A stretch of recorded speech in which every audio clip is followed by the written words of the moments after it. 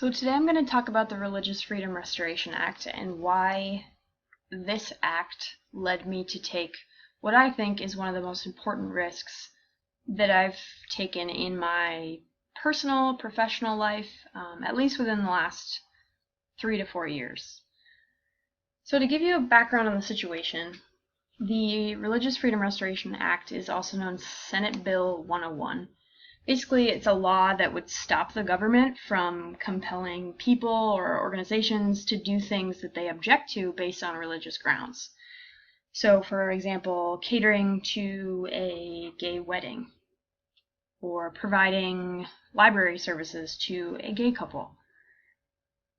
Now, this risk was big for me because I had never encountered a situation of such magnitude in terms of discrimination ever.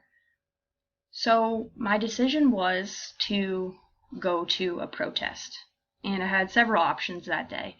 It was either go to the protest alone, by myself in Indianapolis, which I had never really explored before, or sit at home, watch the protest in the news, get pissed off by myself at home, and do nothing about it. So I decided to go. Now, there are several consequences that I weighed prior to going. I could easily be called names throughout the protest, derogatory terms. There could be violence, as we know there is a lot of violence lately in protests for a multitude of social issues. And I'm all by myself. I have no one to go with me, and I have no one to help me if something were to go wrong. So reflecting on this experience, I'm going to talk to the previous me of March 28th, 2015, and the person I was then. This directly affects you. If it passes, you are not staying in Indiana. You will go back to New York. You will quit your graduate assistantship. You will have to start over. You have to go.